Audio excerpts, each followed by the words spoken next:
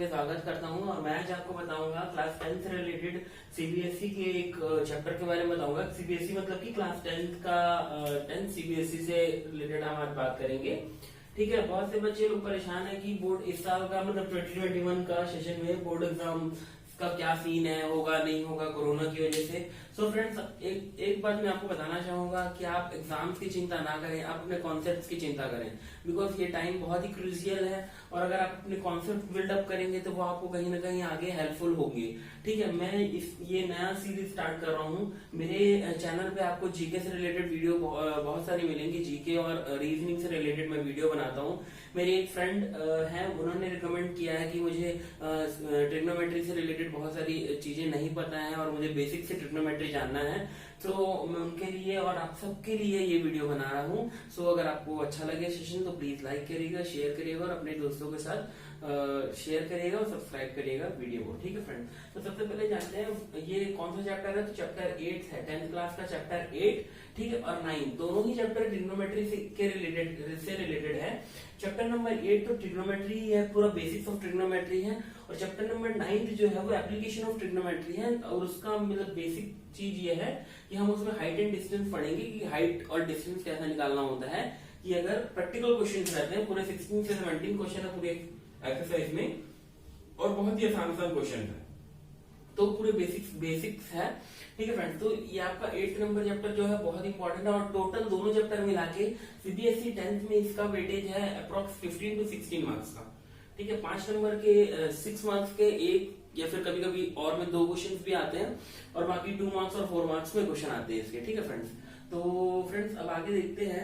तो पहला है, अब जैसे जानते हैं ट्रिग्नोमेट्री क्या होता है, तो ट्रिग्नोमेट्री समझ लेते हैं पहले। देखिए, ट्रिग्नोमेट्री 2 चीजों से बना हुआ है। पहला चीज ट्रायंगल और दूसरा चीज जियोमेट्री। ठीक है, अब ट्रायंगल से हम क्या समझते थे, अभी तक हम 9th क्लास में क्या पढ़ते थे।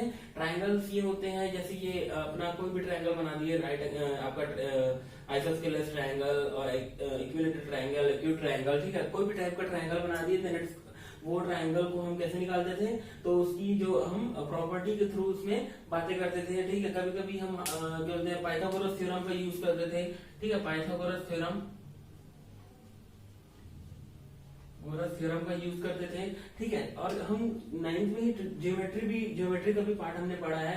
जैसे कि वहां पे हम यूज करते थे लाइन एंड एंगल्स। ठीक है, लाइन अगर दी रहती थी, जैसे ये लाइन दी हुई है, उसको ये कट कर रही है, तो ये एंगल कुछ है, तो ये एंगल निकालना, वर्टिकली अपोजिट, अल्टरनेट अपोजिट, इस टाइप की हम बातें करते थे। इन दोनों का जो मिक्सअप कर देंगे हम, इन दोनों को मिक्सअप करने के बाद जो हमारी एक नई टर्म जनरेट होती है, दैट इज कॉल्ड ट्रिग्नोमेट्री। ठीक है, ट्रिग्नोमेट्री में कुछ बेसिक टर्म्स भी हैं, मैं उसके बारे में भी चर्चा करूंगा आने वाले बस जस्ट थोड़ा देर बाद। ठीक है, तो पहले हम जान लेते हैं कि हम इसमें क्या क्या यूज क्या है। सबसे पहले तो जान लेते हैं ट्रिग्नोमेट्री का यूज क्या है, क्योंकि बहुत सारे बच्चे मेरे क्लासेस के बच्चे पूछते हैं कि सर क्यों पढ़ते हैं हम ट्रिग्नोमेट्री, क्या यूज है ट्रिग्नोमेट्री का। तो पहले यूज को भी जान लेते हैं फ्रेंड्स, यूज क्या है ट्रिग्नोमेट्री का। तो ट्रिग्नोमेट्री का यूज ये है, देखिए सबसे पहले ट्रिग्नोमेट्री का यूज देख लीजिए। सबसे पहले ये कोऑर्डिनेट फाइंड करने के लिए यूज होता है। जैसे मान लीजिए यहाँ पे कोई चीज है, ठीक है, ये स्पेस है ना, स्पेस की ये ग्राफ्स होती हैं। ठीक है, यहाँ पे मेरे को कोई चीज फाइंड करना है, तो मैं यहाँ से एक्स एक्सिस, यहाँ से वाई एक्सिस ऐसे करके जाऊंगा, यहाँ पे मेरे को ये कोऑर्डिनेट मिल जाएगा। तो ये, लेकिन ये कोऑर्डिनेट मेरे को मिलने के लिए मेरे को यहाँ से कुछ डिस्टेंस ट्रेवल करना पड़ेगा, यहाँ से कुछ डिस्टेंस ट्रेवल करना पड़ेगा, ये ट्रायंगल बना रहा होगा। तो ठीक है फ्रेंड्स, तो मेरे को ये कोऑर्डिनेट फाइंड करने के लिए मुझे कुछ डिस्टेंस दिया होगा, तो उस तरीके से ये फाइंड करते हैं। पहले के जमाने में भी इसका यूज होता था। जैसे कि हवन कुंड बनाना है, ठीक है, तो हवन कुंड जैसे ऐसा टाइप का कुछ बनता था।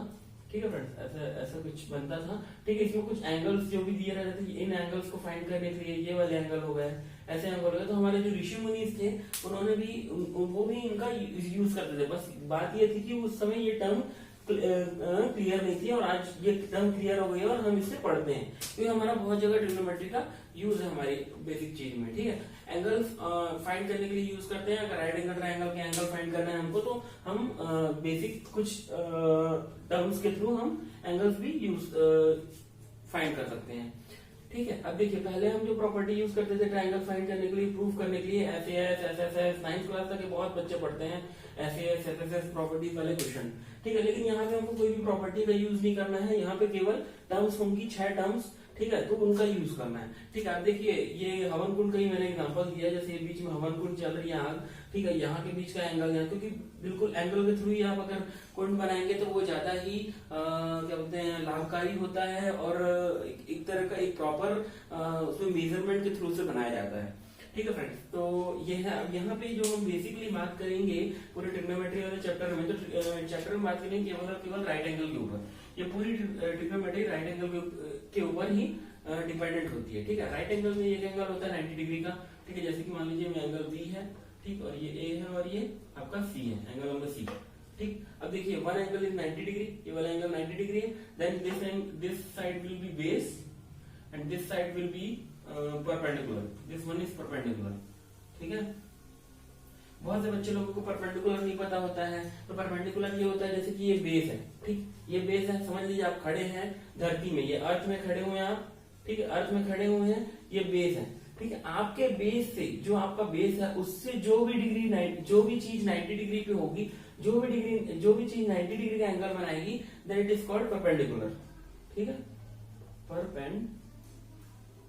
मैं बहुत ही बेसिक से बता रहा हूँ फ्रेंड्स, इतना बेसिक मतलब कि ये 10th क्लास 9th क्लास के बच्चे के लिए ही ये वीडियो मैं बना रहा हूँ। ठीक है फ्रेंड्स, और परपेंडिकुलर की बात होगी। अब पैरेलल, बहुत से बच्चों को पैरेलल में कंफ्यूजन होती है। तो पैरेलल ये एक लाइन है, ये एक लाइन, जब भी दो लाइन एक दूसरे के समांतर होती है, एक दूसरे की से कितने भी डिस्टेंस हो, ये नहीं कि ऐसा बोल देंगे कि अगर ये लाइन है और ये लाइन एक दूसरे के पैरेलल होंगी कि नहीं, हाँ ये लाइन भी एक दूसरे के पैरेलल होंगी। ठीक है, अब ये बोलेंगे कोई छोटी लाइन है और ये अगर इतनी बड़ी लाइन है या फिर ये बहुत बड़ी लाइन है, क्या ये दोनों एक दूसरे के पैरेलल होंगी या फिर ये तीनों एक दूसरे के पैरेलल होंगी? हाँ जी, ये तीनों भी एक दूसरे के पैरेलल होंगी। ठीक है, लाइन के कॉन्सेप्ट में हम ये सब जानेंगे। बस जानने के लिए मैं पैरेलल क्या होता है और परपेंडिकुलर क्या होता है ये बताना चाह रहा था, इसलिए मैंने आपको बता दिया। ठीक है फ्रेंड, अब यहाँ पे हम यूज करेंगे, देखिए sine theta, cos theta, tan theta, cot theta, sec theta और कॉसेक थीटा। ये 6 टर्म्स हैं। ठीक है, ट्रिग्नोमेट्रिक बेसिक टर्म्स हैं, इनका हम उपयोग करेंगे। ठीक है, इनका उपयोग करेंगे पूरी ट्रिग्नोमेट्री को जानने में। ठीक है, सबसे पहले मैं बता देता हूँ कि किसका अपोजिट क्या होता है, मैं अभी आप और इसकी याद करने का ट्रिक क्या है। ठीक है, याद करने की भी मैंने इसके लिए बहुत ही शानदार ट्रिक बनाई है। ठीक है, उस ट्रिक को भी जानेंगे। ठीक है, सबसे पहले देखते हैं साइन थीटा, इसका अपोजिट होता है कॉसेक थीटा। ठीक है, और फिर होता है टेन थीटा, टेन थीटा का अपोजिट होता है कॉट थीटा। ठीक है, और फिर उसके बाद होता है सेक थीटा, सेक थीटा का अपोजिट होता है आपका कॉस थीटा। ठीक है, देखिए यहाँ पे हो गया साइन का कॉसेक थीटा। ठीक है, फिर उसके बाद हो गया आपका साइन का कॉसेक थीटा, फिर उसके बाद टेन का कॉट थीटा, फिर सेक का कॉसेक थीटा। अब मैं एक चीज आपके सामने लिखूंगा, उस चीज को देखिएगा। शी पेंट्स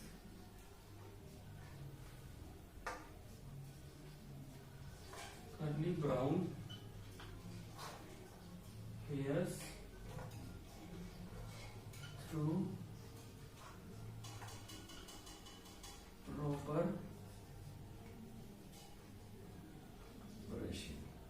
इस पूरे जो क्या बोलते हैं आपका स्टेटमेंट है, इस स्टेटमेंट को फ्रेंड्स आप याद कर लीजिएगा। ठीक है, ये स्टेटमेंट इतना इम्पोर्टेंट है कि अगर आप ये चीज जान गए तो आप समझ लीजिए कि ट्रिग्नोमेट्री की बहुत सारी चीजें आप कवर अप कर लेंगे। ठीक है फ्रेंड्स, तो देखिए शी मतलब कि एस, ठीक है, शी मतलब कि एस। ठीक, एस को हम कैसे डिफाइन करेंगे? Sine theta. हमेशा हम इसको याद करने का तरीका है, ये समझ लीजिए फॉर्म। ठीक है, याद करें, शी मतलब कि साइन थीटा को हम कैसे डिफाइन करते हैं? तो साइन थीटा को हम डिफाइन करते हैं सी पेंट्स हर, मतलब कि पी बाय एच, ये हाइपोटेनस होता है। ठीक है, पी बाय एच। ठीक है, साइन। अब हम क्या आते हैं, साइन थीटा का अपोजिट क्या होता है? तो कॉसेक थीटा। तो कॉसेक थीटा क्या हो जाएगा? H by P. ठीक है, शी पेंट्स हर। ठीक है,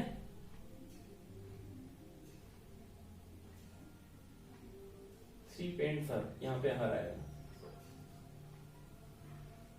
ठीक है, सी पेंट्स हर टू पी बाय एच।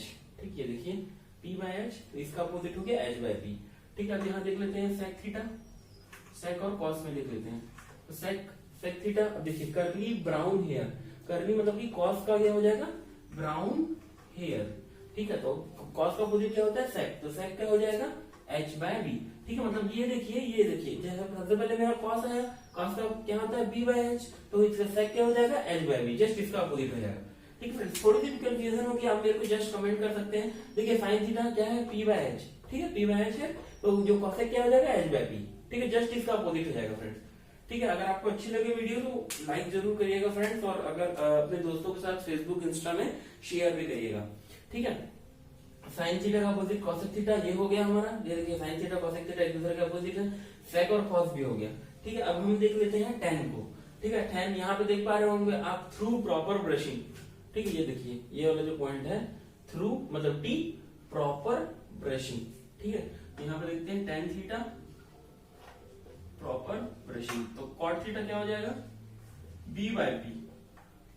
ठीक है फ्रेंड, बी बाय पी बहुत ही इंपॉर्टेंट कंसेप्ट है फ्रेंड्स। अगर ये बन गया आपको तो आप समझ लीजिए पूरा 8 चैप्टर आपको मतलब एकदम हवा की तरह समझ में आ जाएगा। और अगर मतलब बहुत ही बेसिक फंडा है, और आप ये सोच लीजिए कि अगर आपकी 9th तक आपकी मैथ्स अच्छी नहीं है, ऐसा कुछ भी डिपेंड नहीं करता है। ट्रिग्नोमेट्री एकदम अलग चैप्टर है ये, इसमें कोई पुरानी चीजों का कोई भी कॉन्सेप्ट नहीं लगा है, सब नया नया ही कॉन्सेप्ट है। 9th से कोई रिलेशन नहीं है कि 9th और 10th में कोई रिलेशन है, ऐसा कुछ भी रिलेशन नहीं है। बस ये है कि थोड़ा कॉन्सेप्ट जिसको पता होते हैं तो उनको थोड़ा सा अपलिफ्टमेंट मिल जाता है, मतलब कि थोड़ा सा कम पढ़ना पड़ता है। और अगर आप मेहनत अच्छी करते हैं तो 10th में भी आप 90 प्लस स्कोर कर सकते हैं, ऐसी कोई बड़ी बात नहीं है। ठीक है, 90 प्लस मैथ्स में स्कोर कर सकते हैं, और ज्यादा भी कर सकते हैं। एक एवरेज स्टूडेंट की बात कर रहा हूँ मैं, एवरेज स्टूडेंट कैसे 90 स्कोर करता है। अब देखिए पाइथागोरस थ्योरम क्या होती है, तो पाइथागोरस थ्योरम इसमें लगाते हैं हम कोई भी साइड निकालने के लिए। अब तक लगाते थे लेकिन अब लगाने की जरूरत नहीं पड़ेगी, क्योंकि हमारे पास ये 3 टर्म्स आ गई हैं। ठीक है, तो देखते हैं क्या होता है। जैसे हाइपोटेनस का स्क्वायर, तो h का स्क्वायर अगर, हाँ एक काम कर लेते हैं, h का स्क्वायर इज इक्वल टू क्या हो जाएगा p का स्क्वायर प्लस b का स्क्वायर। ठीक है, h का स्क्वायर इक्वल टू p का स्क्वायर प्लस b का स्क्वायर। ठीक, हाँ जी ठीक, ये हो गया। अब इसको ऐसा भी कर सकते हैं, h equal to root over of p plus b का स्क्वायर ही रहेगा। ठीक है, ये रूट आ जाएगा, यहाँ से स्क्वायर हटेगा तो ये रूट आ जाएगा। ठीक है फ्रेंड, अब देख लेते हैं। ठीक, अब देखिए अगर हमारे पास ये हो गया, ये हो गया। ठीक है, अब मैंने आपको ये बता दी है साइन थीटा का अपोजिट क्या होता है, टेन थीटा का अपोजिट क्या होता है, और कॉसेक कॉस का अपोजिट क्या होता है। तो इसका होता है सेक, इसका होता है कॉट, और इसका होता है कॉसेक। ठीक है फ्रेंड्स, ये याद रखने की चीजें बहुत इंपॉर्टेंट है। अब देख लीजिए, मान लीजिए आपको मैं एक क्वेश्चन देता हूँ, ऐसा क्वेश्चन आएगा sine theta is equal to 3/5। ठीक है, 3/5 अगर क्वेश्चन आता है, sine theta is equal to 3/5 find, ये क्वेश्चन है। ठीक है, मैं यहाँ पे बता देता हूँ। ये देखिए, ये क्वेश्चन अगर आता है sine theta is equal to 3/5, तो आपको बाकी चीजें निकालनी है। यहाँ पे क्या निकालना है, कॉसेक निकालना है, सेक निकालना है, और टेन निकालना है। ठीक है, टेन थीटा निकालना है, कॉसेक थीटा निकालना है, सेक थीटा निकालना है, ये क्वेश्चन है। तो कैसे करेंगे सॉल्व फ्रेंड, इसको देख लेते हैं। पहले हमको क्या करना पड़ेगा, इसमें सबसे पहले हम एक राइट एंगल ट्रायंगल बनाएंगे।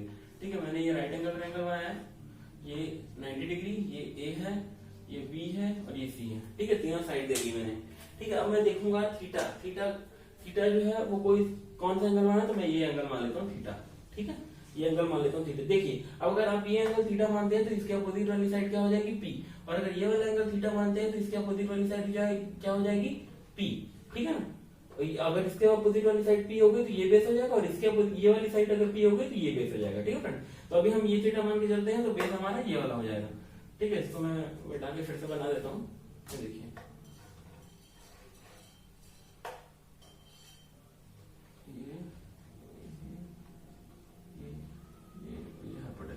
ठीक है, हमारे पास क्या दिया हुआ है थीटा, थीटा मतलब यहाँ पे मैंने थीटा लगा दिया, तो P की वैल्यू दी हुई है, H की वैल्यू दी हुई है। मेरे को ये निकालना है, तो कैसे निकालूंगा, तो मेरे को पता है बेस का स्क्वायर इज इक्वल टू, अब रूट यहाँ पे लगाने की जरूरत नहीं क्योंकि मैंने स्क्वायर कर लिया है, तो परपेंडिकुलर का स्क्वायर माइनस ऑफ हाइपोटेनस का स्क्वायर, या फिर हाइपोटेनस का स्क्वायर माइनस परपेंडिकुलर का स्क्वायर कर सकते हैं। यहाँ पे ऐसा कर लीजिए, हाइपोटेनस का स्क्वायर माइनस परपेंडिकुलर का स्क्वायर।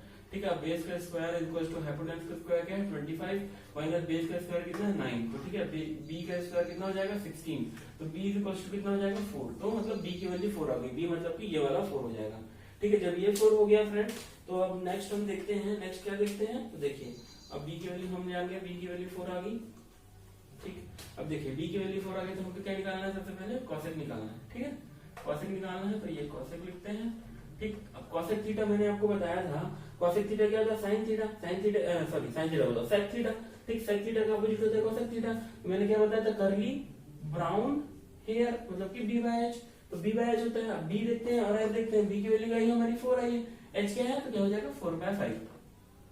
ठीक, अब ये बताइए 4/5 होगा या फिर 5/4 होगा, तो 5/4 होगा। क्यों, क्योंकि कॉसेक की वैल्यू नहीं होती कर, ये देखिए कॉसेक की वैल्यू होती करली ब्राउन हेयर।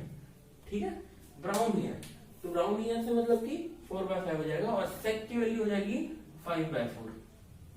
सेक की वैल्यू हो जाएगी 5/4, जस्ट इसका अपोजिट होता है। ठीक, हाँ ये अब tan की देख लेते हैं। tan की वैल्यू क्या हो जाएगी, थ्रू प्रॉपर ब्रशिंग ये। ठीक है, तो क्या हो जाएगी 3/4, sec theta is equal to 3/4। अब इसे कॉट की निकालनी है तो कॉट की हो जाएगी 4/3। साइन की अगर निकालनी है मेरे को साइन थीटा की, तो साइन थीटा क्या हो जाएगी, शीट में आंसर तो 3/5। cos थीटा की वैल्यू क्या हो जाएगी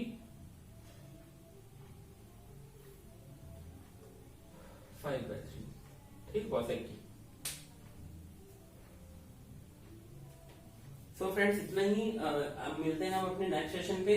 तो नेक्स्ट सेशन में मैं आपको टेबल बताऊंगा कि 30, 60, 90 की टेबल्स में कैसे कैसे हम वैल्यू को याद रखते हैं, और हमको रिमाइंड कैसे कैसे करना है, और हमको क्वेश्चंस कैसे सॉल्व करने हैं। एक्सरसाइज वाइज क्वेश्चन सॉल्व कराऊंगा मैं आपको, एक्सरसाइज नंबर 8.1, 8.2 के क्वेश्चंस कराऊंगा। ठीक है फ्रेंड्स, मिलते हैं हम अपनी नेक्स्ट वीडियो पे, तब तक के लिए जय हिंद जय भारत।